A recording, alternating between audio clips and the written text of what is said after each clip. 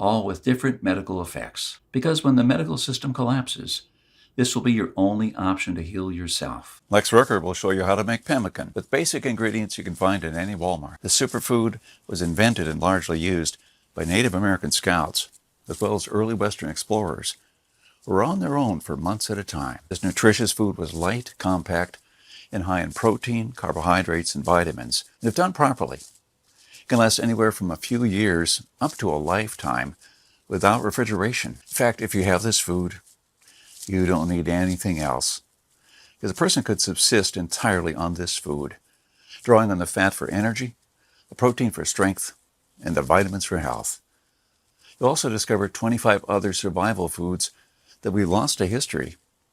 You can bring it back to life and improve your stockpiles so you'll never run out of food in a crisis. Or you can spend fun weekends with your family, recreating old survival recipes like mud apples or Marmy Johnny cake. From Ruff Simons, an Old West history expert and former deputy, you'll learn the techniques and methods used by wise sheriffs from the frontiers to defend an entire village, despite being outnumbered and outgunned by gangs of robbers and bandits. Now you can use their wisdom to defend your home against looters when you'll be surrounded. Native American Eric Bainbridge, who took part in the reconstruction of the native village of Kulalaklo in California, will show you how Native Americans built a subterranean roundhouse, an underground house that today will serve you as a storm shelter, a perfectly camouflaged hideout, or a bunker. It can easily shelter 3 to 4 families. So how you feel when all hell breaks loose, be able to call all your loved ones and offer them guidance and shelter. Besides that, the subterranean roundhouse makes an awesome root cellar. You can keep all your food and water reserves year-round. From Shannon Azaries, you learn how sailors from the 17th century preserved water in their ships for months on end, even years. Now you can use this method to preserve clean water for your family, cost-free. Mike Searson, who is a firearm and Old West history expert, will show you what to do when there's no more ammo to be had. How people who wandered the West managed to hunt 8 deer with 6 bullets, and why their supply of ammo never ran out. Remember the panic buying the first half of 2013? That was nothing compared to what's going to precede the collapse. From Susan Morrow, an ex-science teacher and chemist, you'll master the art of poultice. She says, if you really explore the ingredients in which our forefathers made poultices, you'll be totally surprised by the similarities with modern medicines. Well, how would you feel in a crisis to be the only one from the group knowledgeable about this lost skill? When there are no more antibiotics, people will turn to you to save their ill children's lives.